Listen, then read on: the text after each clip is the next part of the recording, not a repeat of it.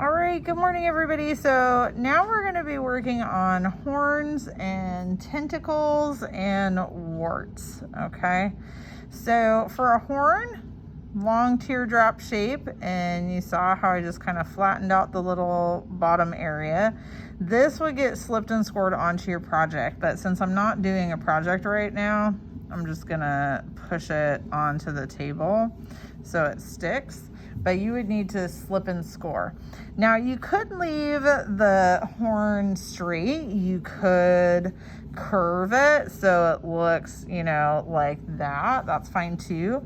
The main thing that's gonna make it look like it's coming out of your creature is what you add around it. So you're gonna make a little baby coil that goes all the way around it. And then once you have your little baby coil, I would use your tool for this. It kind of depends on how big you made it, but you are going to blend the outside all the way around. So notice how I'm not going all the way to the horn for this. I don't want to blend out all of my little area here. I just want to, right? Okay, there we go.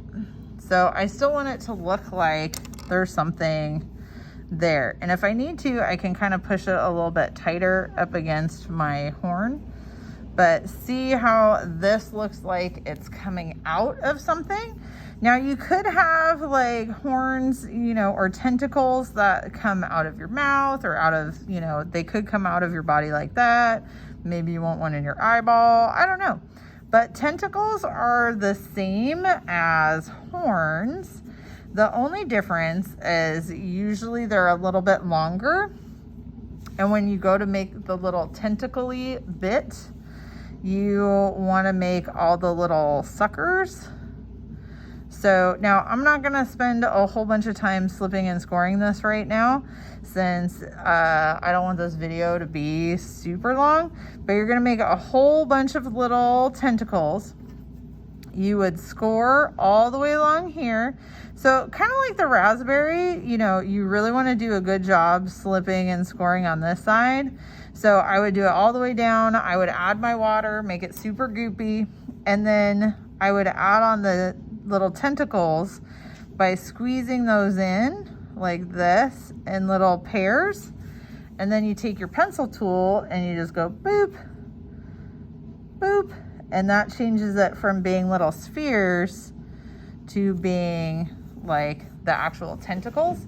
Now my clay is getting a little bit stiff, so I need to get better clay if I really want to add on really good tentacles, right? The other thing to watch out for with horns and tentacles is if this is going on a monster mug, like don't make it so when you go to drink that it stabs you in the eye, right? So either keep them relatively short, or if you do make them long and curvy because they're like a tentacle, try to have it slip and score in multiple places. So like if I was going to do this one, I would slip and score here, and then I would also, here, I'll curve this so you can see a little better. I would also slip and score here where it's touching, right? So try to get as many connection points as you can so things are less likely to break. Now for warts, if you have a spot and you're like, oh, I really want some warts over here, maybe you are considering them beauty marks. Kind of like we did when we did the raspberry, same thing. You're gonna really get it goobery, add a little bit of water. And then, a lot of times warts come in pairs or groupings. So you can take all those little clay spheres and just kind of add in some little warty texture in different areas. And then, when it squeezes stuff out, you can just use that to smooth all your edges and everything. All right, so that was tentacles, horns.